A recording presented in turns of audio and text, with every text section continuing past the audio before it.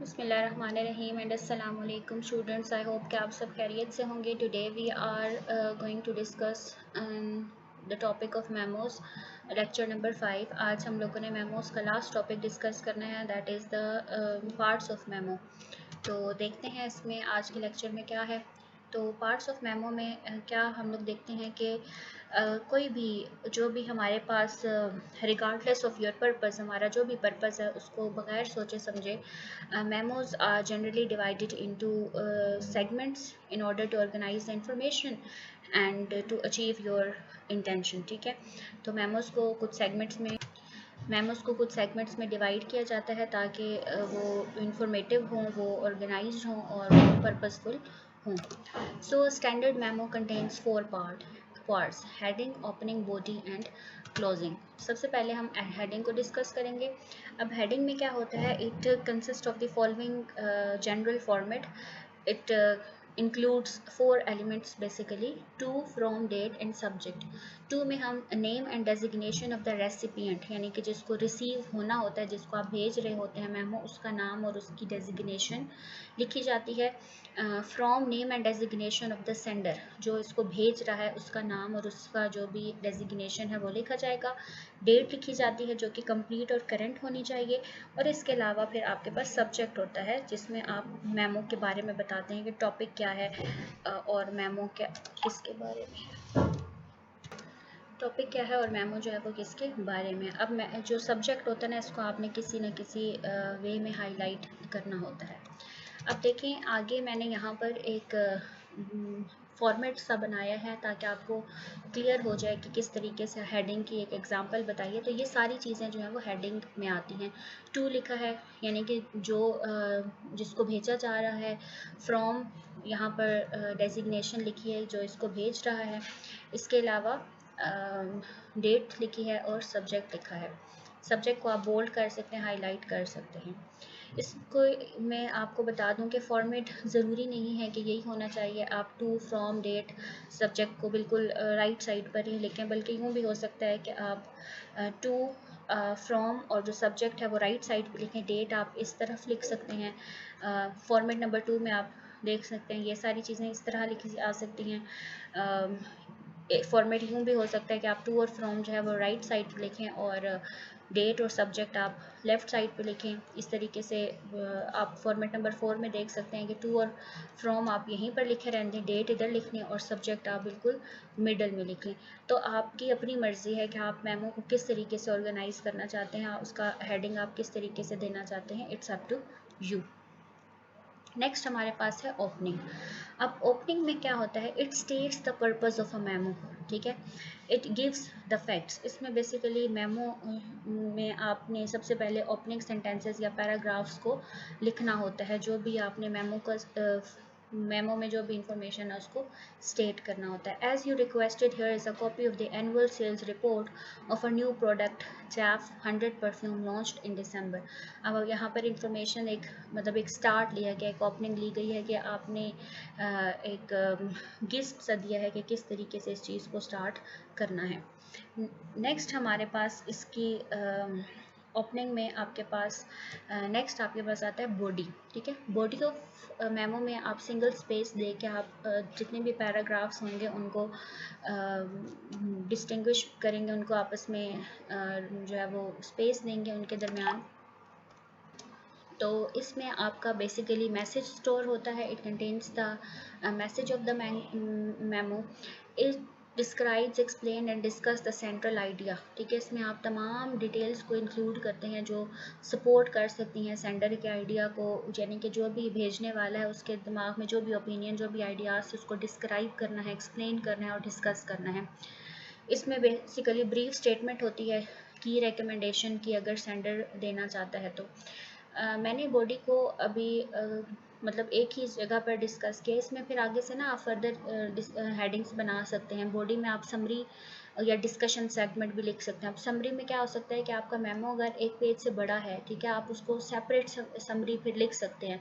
जो भी की रिकमेंडेशन है या जो भी पॉइंट्स हैं आप उसको लिख सकते हैं। ठीक है, लेकिन मेमो को आप कोशिश करें कि टू द पॉइंट लिखना चाहिए। फिर उसके बाद आप उसको डिस्कशन सेगमेंट में भी लिख सकते हैं। डिस्कशन सेगमेंट में बेसिकली हम लोग बता सकते हैं कि कौन सी चीज़ों को हमने माइंड में रखना है।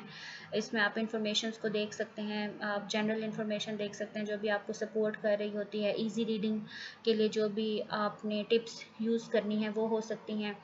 And you are going to be careful to make list parallel, ठीक है। इसके अलावा आप डिस्कशन सेगमेंट में तमाम जो भी आपके पास इंफॉर्मेशन है उसको आपने स्टेट करने हैं। नेक्स्ट आपके पास जो टॉपिक है वो है क्लोजिंग, ठीक है। क्लोजिंग में हम लोग एक कर्टियस और क्लोजिंग स्टेटमेंट यूज़ करते हैं। हमने पहले भी बताया था, कल भी पढ़ा था कि नेवर्स में कि हम मेमोज के एंड पे सिग्नेचर या योर सिंसियरली का वर्ड यूज़ नहीं करते। बस यहाँ पर we are almost done. So after the reader has read your information, you want to close with a courteous ending, stating what action you want your reader to take. तो simply इसमें आपने अपना जो भी एक्शन होगा उसको add करना होगा। जैसे मैंने एग्जांपल यहाँ पर लिखी हुई है, please send recommendations to me by this date so that we are able to complete the project by the end of date। यानी कि आपने 2 डेट्स मेंशन की हैं और एक सिंपली आपने एक एक्शन प्लान भेज दिया है कि सेंड recommendations to me, ठीक है। तो इसमें कोई भी आप योर सिंसियरली और थैंक यू और एंडिंग के वर्ड्स इस तरह से यूज़ नहीं करेंगे। सिंपली आपने बस इंफॉर्मेशन देनी है और एक कर्टियस सी एंडिंग देनी है और इसमें आपने एक एक्शन बताना है कि आप कौन सा एक्शन आप लेने लगें। तो ये आपके पास पार्ट्स ऑफ मेमो थे जिसमें हम लोगों ने डिस्कस किया कि एक हेडिंग होती है, ओपनिंग होती है, बॉडी और क्लोजिंग होती है। हेडिंग में हम टू, फ्रॉम, डेट और सब्जेक्ट लिखते हैं। ओपनिंग में आपने एक पर्पस बताना है जो कि आपकी प्रॉपर बॉडी को स्टार्ट लेगा। इसके अलावा बॉडी में आप डिस्कशन कर सकते हैं, जो भी आपकी समराइज आपने करना है इंफॉर्मेशन को, वो क्लोजिंग करेंगे और उसके बाद हम लोग देखेंगे। अच्छा जी, मेमोज में कुछ ऑप्शनल पार्ट्स भी होते हैं, ठीक है। मेमो में हमारे पास कुछ ऐसे पार्ट्स होते हैं जो वी नीड पर देम पर रिक्वायरमेंट, ठीक है। हम अपनी रिक्वायरमेंट्स की बेसिस पर उनको हमें चाहिए होते हैं।